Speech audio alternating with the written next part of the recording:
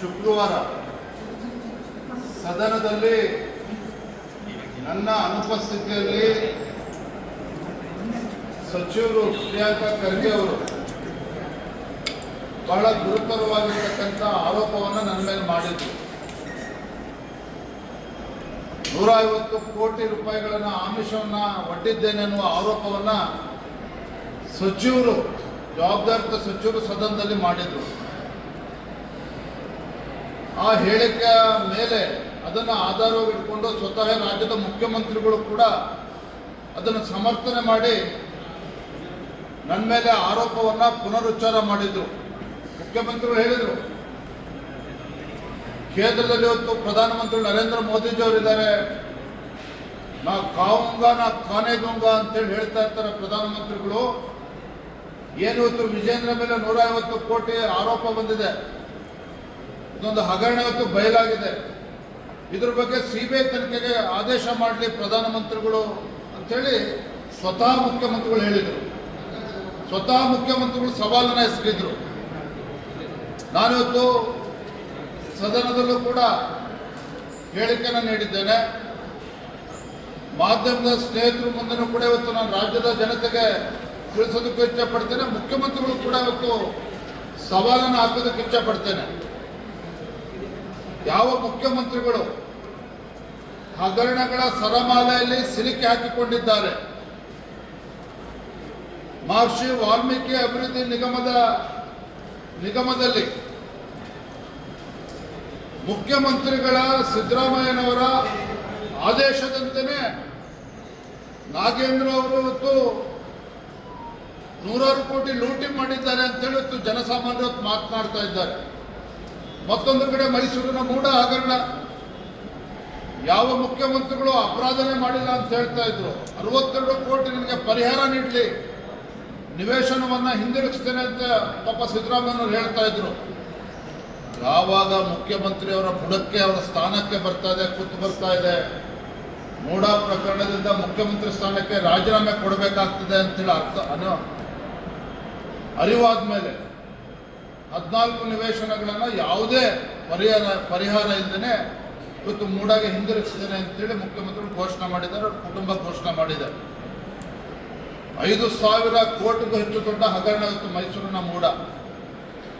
ಇವತ್ತು ಸದನದಲ್ಲಿ ಉತ್ತರ ಕರ್ನಾಟಕದ ಜ್ವಲಂತ ಸಮಸ್ಯೆಗಳ ಬಗ್ಗೆ ಚರ್ಚೆ ಆಗಬಾರ್ದು. ಬಾಣಂತಿಯರು ಇವತ್ತು ಪ್ರಾಣವನ್ನು ಕಳ್ಕೊಂಡಿದ್ದಾರೆ ಸರ್ಕಾರದ ಒಂದು ಬೇಜವಾಬ್ದಾರಿತನದಿಂದ, ಸಚಿವರೊಂದು ಬೇಜವಾಬ್ದಾರಿತನದಿಂದ ಇವತ್ತು ಪ್ರಾಣ ಕಳ್ಕೊಂಡಿದ್ದಾರೆ, ಶಿಶುಗಳ ಮರಣ ಆಗ್ತಾ ಇದೆ.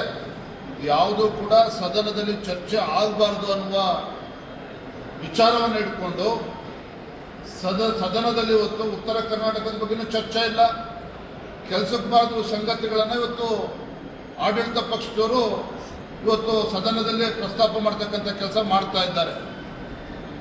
ಇವತ್ತು ಮುನಿರತ್ನ ವಿಚಾರದ ಬಗ್ಗೆ ಚರ್ಚೆ ಆಗಬೇಕು ಅಂತ ಹೇಳ್ತಾರೆ ಆಡಳಿತ ಪಕ್ಷದವರು. ಕೋವಿಡ್ ಪ್ರಕರಣ, ಯಾವ ಯಡಿಯೂರಪ್ಪರು ಅಂದಿನ ಮುಖ್ಯಮಂತ್ರಿಗಳು ಬಹಳ ಸಮರ್ಥವಾಗಿ ಕೋವಿಡ್ ಸಂದರ್ಭದಲ್ಲಿ ಇಡೀ ದೇಶವೇ ಮೆಚ್ಚೋ ರೀತಿಯಲ್ಲಿ ಬಹಳ ಸಮರ್ಥವಾಗಿ ನಿಭಾಯಿಸಿದ್ರು. ಇವತ್ತು ಯಡಿಯೂರಪ್ಪನವ್ರನ್ನ ಗುರಿಯಾಗಿಸ್ಕೊಂಡು ಯಡಿಯೂರಪ್ಪನವ್ರನ್ನ ಗುರಿ ಇಟ್ಕೊಂಡು ಇವತ್ತು ರಾಜಕೀಯ ಮುಗಿಸ್ಬೇಕು ಅನ್ನುವ ದುರುದ್ದೇಶ ಇಟ್ಕೊಂಡು ಅರಬೆರೆ ಬೆಂದಂಥ ಜಸ್ಟಿಸ್ ಕುನ್ನಾ ವರದಿಯನ್ನು, ಮಧ್ಯಂತರ ವರದಿಯನ್ನು ಇಟ್ಕೊಂಡು ಇವತ್ತು FIR ಅನ್ನು ರಿಜಿಸ್ಟರ್ ಮಾಡಿದ್ದಾರೆ.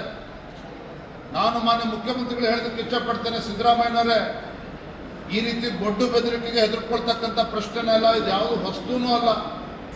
ಹಿಂದೆ ತಾವೇ ಮುಖ್ಯಮಂತ್ರಿ ಇದ್ದಾಗ 2018ರಲ್ಲಿ ಯಡಿಯೂರಪ್ಪರು ಮತ್ತೆ BJPಗೆ ಬಂದು ರಾಜ್ಯದ ಅಧ್ಯಕ್ಷರಾದರೆ ತಾವು ಮತ್ತೆ ರಾಜ್ಯದಲ್ಲಿ ಅಧಿಕಾರಕ್ಕೆ ಬರೋದಕ್ಕೆ ಸಾಧ್ಯ ಆಗಲ್ಲ ಅಂತ ಹೇಳಿ CAG ರಿಪೋರ್ಟ್ ಮೇಲೆ 25 FIRಗಳನ್ನು ರಿಜಿಸ್ಟರ್ ಮಾಡಿಸಿದ್ರು ಸಿದ್ದರಾಮಯ್ಯ ಸರ್ಕಾರ.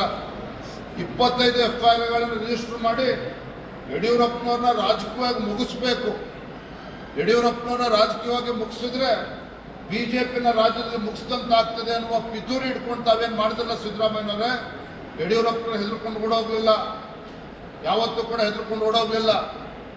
ಇವತ್ತು ಮೈಕಲ್ ಕುನ್ನಾ ವರದಿಯನ್ನು ಹಿಡ್ಕೊಂಡು ಬೆದರಿಸತಕ್ಕಂಥ ಪ್ರಯತ್ನ ಮಾಡ್ತಾ ಇದ್ದೀರಿ. ಇವೆಲ್ಲವೂ ಕೂಡ ಮಾಡ್ತಾ ಇರ್ತಕ್ಕಂಥ ಉದ್ದೇಶ ಏನು ಅಂತ ಹೇಳಿದ್ರೆ, ಏನು ಸರಣಿಗಳ ಒಂದು ಹಗರಣದಲ್ಲಿ ಸಿಲುಕಿ ಹಾಕಿಕೊಂಡಿದ್ದಾರೆ ಮುಖ್ಯಮಂತ್ರಿಗಳು. ಆ ಒಂದು ಹಗರಣದಿಂದ ಇವತ್ತು ವಿಲವಿಲ ಒದ್ದಾಡ್ತಾ ಇದ್ದಾರೆ ಸಿದ್ದರಾಮಯ್ಯನವರು. ಹಾಗಾಗಿ ಇವತ್ತು ತಪ್ಪಿಸ್ಕೊಂಡು ಹೋಗ್ತಕ್ಕಂಥ ಪ್ರಯತ್ನ ಮಾಡ್ತಾ ಇದ್ದಾರೆ. ಇತ್ತೀಚೆಗೆ ಅವರ ಬಂಡವಾಳನೂ ಕೂಡ ಬಯಲಾಗಿದೆ. 100 ಕೋಟಿ ಬೆಲೆ ಬಾಳ್ತಕ್ಕಂಥ ನಿವೇಶನ 5 ಎಕರೆ ಬೆಂಗಳೂರು ಅಂತಾರಾಷ್ಟ್ರೀಯ ವಿಮಾನ ನಿಲ್ದಾಣ ಹತ್ರ ಏನವರ ಕಂಪ್ನಿಗೆ ಇವತ್ತು ರಾಹುಲ್ ಖರ್ಗೆ ಅವರಿಗೆ KDP ಅವರು ಅಕ್ರಮವಾಗಿ ಅಲಾಟ್ ಮಾಡ್ತಾರೆ. ಅಕ್ರಮವಾಗಿ ತರಾತುರಿಯಲ್ಲಿ ಅವ್ರಿಗೆ ಅಲಾಟ್ ಮಾಡ್ತಾರೆ. ಅದನ್ನ ಇವಾಗ ಹಿಂದಿರುಗಿಸಿಲ್ವ? ಹಂಗಾರೆ ಪ್ರಿಯಾಂಕಾ ಖರ್ಗೆ ಅವರೇ, ನೀವತ್ತು ಭ್ರಷ್ಟಾಚಾರದ ಬಗ್ಗೆ ಮಾತನಾಡ್ತೀರಾ? ನಾನು ತಮ್ಮ ಮೂಲಕ ಇವತ್ತು ಮುಖ್ಯಮಂತ್ರಿ ಸಿದ್ದರಾಮಯ್ಯನವರಿಗೆ ಇವತ್ತು ನನ್ನ ಸವಾಲನ್ನು ಹಾಕ್ತಾ ಇದ್ದೇನೆ. ನೀವು ನಿಜವಾಗ್ಲೂ ಕೂಡ ಪ್ರಾಮಾಣಿಕರ ಇದ್ದದಲ್ಲಿ ನನ್ನ ಮೇಲೆ ಬಂದಿರತಕ್ಕಂಥ ತಾವು ಹೊರಿಸಿರ್ತಕ್ಕಂಥ 150 ಕೋಟಿ ಆರೋಪ ನನ್ನ ಮೇಲೆ ಏನು ಮಾಡಿದ್ದೀರಿ, ಅದ್ರ ಬಗ್ಗೆನೂ CBI ತನಿಖೆ ಕೊಡಿ. ಅದನ್ನು ಕೂಡ CBI ತನಿಖೆ ಕೊಡಿ. ಅನ್ವರ್ ಮಾನಪ್ಪಾಡಿ ಅವರು ಹಿಂದಿನ ಮೈನಾರಿಟಿ ಕಮಿಷನ್ನ ಚೇರ್ಮನ್ ಅವರು ಏನು ವರದಿ ಕೊಟ್ಟಿದ್ದಾರೆ, ತದನಂತರದಲ್ಲಿ ಜಗದೀಶ್ ಶೆಟ್ಟರ್ ಅವರು ಮುಖ್ಯಮಂತ್ರಿಗಳಿದ್ದಾಗ ಅಂದಿನ ಉಪಲೋಕಾಯುಕ್ತರಿಂದ ಏನು ತನಿಖೆ ಆಗಿದೆ, ಆ ವರದಿಯನ್ನು ಸ್ವೀಕಾರ ಮಾಡಿ ಸರ್ಕಾರ ಏನು ಇವತ್ತು ರಿಜೆಕ್ಟ್ ಮಾಡಿದ್ದಾರೆ. ಆ ವರದಿನ ಸಿದ್ದರಾಮಯ್ಯನವರೇ ಹಿಂದೆ ಆ ವರದಿಯನ್ನು ಸ್ವೀಕಾರ ಮಾಡಿ ಅದ್ರ ಬಗ್ಗೆನೂ ಕೂಡ CBI ತನಿಖೆ ಮಾಡಿ. ಇವತ್ತೇ ನನ್ನ ಬಗ್ಗೆ ಹೇಳ್ತಾ ಇದ್ದೀರಲ್ಲ, ಏನು ಇವತ್ತು ಆ ವರದಿ ಕೊಟ್ಟಾಗ ವಿಜಯೇಂದ್ರ ಅವರು 150 ಕೋಟಿ ಕೊಟ್ಟು ಆ ವರದಿಯನ್ನು ಮುಚ್ಚಾಕ್ತಕ್ಕಂಥ ಪ್ರಯತ್ನ ಮಾಡ್ತಾ ಇದ್ರು ಅಂತೇಳಿ ಯಾಕೆ ನಾನು ಮಾಡ್ತೇನೆ? ಆ ವರದಿಯಲ್ಲಿ ಆರೋಪ ಇರೋದು ಯಾರ ಮೇಲೆ? ಕಾಂಗ್ರೆಸ್ ಪಕ್ಷದ ಹಿರಿಯ ನಾಯಕರುಗಳೇನಿದ್ದಾರೆ ಅವರ ಮೇಲೆ ಇವತ್ತು ಆರೋಪ ಇರ್ತಕ್ಕಂಥದ್ದು. ಲಕ್ಷ ಕೋಟಿಗೂ ಅವ್ಯವಹಾರ ಆಗಿದೆ ಇವತ್ತು ಪ್ರಾಪರ್ಟಿ ವಿಚಾರದಲ್ಲಿ ಲೂಟಿ ಮಾಡಿದ್ದಾರೆ ಅಂತೇಳಿ. ಹಾಗಾಗಿ ಇದ್ರ ಬಗ್ಗೆ ಸೂಕ್ತವಾಗಿ ತನಿಖೆ ಆಗಲಿ, ಸತ್ಯಾಸತ್ಯತೆ ಹೊರಗಡೆ ಬರಲಿ. ಮತ್ತೇನು ಮುಖ್ಯಮಂತ್ರಿಗಳು ಸತ್ಯ ಹರಿಶ್ಚಂದ್ರರು ಅಂತೇಳಿ ಮಾತನಾಡ್ತಾ ಇದ್ದಾರಲ್ಲ, ತಮ್ಮ ತಟ್ಟೆಯಲ್ಲಿ ಇವತ್ತು ಸತ್ತಿರ್ತಕ್ಕಂಥ ಹೆಗಣ ಬಿದ್ದಿದೆ. ಇವತ್ತು ನಮ್ಮ ಮೇಲೆ ಆರೋಪ ಮಾಡ್ತಾರೆ ಪ್ರಿಯಾಂಕಾ ಖರ್ಗೆ ಅವರು, ಸಿದ್ದರಾಮಯ್ಯನವರು. ಇವತ್ತು ಆ ಮೂಢ ಬಗ್ಗೆ ಇವತ್ತು ಸಮಗ್ರವಾಗಿ ತನಿಖೆ ಆಗಲಿ. ನೀವೇ ಮುಖ್ಯಮಂತ್ರಿಗಳಿದ್ದೀರಿ, ಪ್ರಧಾನಮಂತ್ರಿಗಳು ಯಾಕೆ CBI ತನಿಖೆಗೆ ಆದೇಶ ಮಾಡಬೇಕು? ಇವೆಲ್ಲವೂ ಕೂಡ ಮೈಸೂರಿನ ಮೂಢ ಹಗರಣ, ಇವತ್ತು ಅನ್ವರ್ ಮಾನಪ್ಪಾಡಿ ಕೊಟ್ಟಿರ್ತಕ್ಕಂಥ ವರದಿ ವಕ್ಫ್ ವಿಚಾರದಲ್ಲಿ, ಅದೇ ರೀತಿ ನನ್ನ ಮೇಲೆ ಇರ್ತಕ್ಕಂಥ 150 ಕೋಟಿಯನ್ನು ಆರೋಪ ಮಾಡಿದ್ದೀರಿ. ಇವೆಲ್ಲವನ್ನೂ ಕೂಡ ಸಮಗ್ರವಾಗಿ ತನಿಖೆ ಆಗಲಿ, CBI ನೀವೇ ಆದೇಶ ಮಾಡಿ. ಸಿದ್ದರಾಮಯ್ಯವ್ರಿಗೆ ಭಾಳ ವಿಶ್ವಾಸ ಬಂದಿದೆಯಲ್ಲ CBI ಬಗ್ಗೆ, ನೀವೇ ಆದೇಶ ಮಾಡಿ ಮುಖ್ಯಮಂತ್ರಿಗಳು. ಅದನ್ನು ಬಿಟ್ಬಿಟ್ಟು ಇವತ್ತು ಪಿಟ್ಟಂಡ್ರನ್ನು ಇವತ್ತು ಯಡಿಯೂರಪ್ಪನವರ ರಾಜಕೀಯ ಮುಗಿಸ್ಬೇಕು. ನಾನು ಮೊದಲ ಬಾರಿ ಶಾಸಕನಾಗಿ ರಾಜ್ಯದ ಅಧ್ಯಕ್ಷನಾಗಿ ಪಕ್ಷ ಸಂಘಟನೆ ಮಾಡ್ತಾ ಇದ್ದೇನೆ, ನನ್ನನ್ನು ಹೇಗಾದರೂ ಮಾಡಿ ಸದೆ ಬಡಿಬೇಕು. ಮಾನ್ಯ ಸಿದ್ದರಾಮಯ್ಯನವರೇ, ನಿಮ್ಮ ಗೊಡ್ಡು ಬೆದರಿಕೆಗೆ ಹೆದರ್ಕೊಳ್ತಕ್ಕಂಥ ಪ್ರಶ್ನೆ ಇಲ್ಲ. ಯಾವುದೇ ಕಾರಣಕ್ಕೂ ಹೆದರ್ಕೊಳ್ತಕ್ಕಂಥ ಪ್ರಶ್ನೆನೇ ಇಲ್ಲ. ಹಾಗಾಗಿ ಈ ರೀತಿ ಕಳ್ಳ ಆರೋಪಗಳನ್ನು ಮಾಡೋದನ್ನು ಬಿಟ್ಟು ಸದನದಲ್ಲಿ ಇವತ್ತು ಗೌರವವಾಗಿ ಉತ್ತರ ಕರ್ನಾಟಕದ ಬಗ್ಗೆ ಚರ್ಚೆ ಮಾಡಿ, ರಾಜ್ಯದಲ್ಲಿ ಇವತ್ತೇನೋ ಬಾಣಂತಿಯರ ಸಾವಾಗಿದೆ, ಶಿಶುಗಳ ಮರಣ ಆಗಿದೆ, ಅದ್ರ ಬಗ್ಗೆ ಚರ್ಚೆ ಮಾಡಲಿ. ಅದನ್ನು ಬಿಟ್ಬಿಟ್ಟು BJP ಅವರು ನಮಗೆ ಗೊಡ್ಡು ಬೆದರಿಕೆ ಹಾಕ್ತಕ್ಕಂಥ ಪ್ರಯತ್ನ ಮಾಡಬೇಡಿ. ನಿಮಗೆ ಪ್ರಾಮಾಣಿಕತೆ ಮೊನ್ನೆ ನೋಡಿದ್ರಿ, ಪಂಚಮಸಾಲಿ ಹೋರಾಟ, ರೈತಾಪಿ ವರ್ಗದವರು ಇರ್ತಕ್ಕಂಥದ್ದು, ಹಿಂದೂಗಳ ಮೇಲೆ ಇವತ್ತು ಲಾಠಿ ಪ್ರಹಾರವನ್ನು ಮಾಡಿದ್ರು.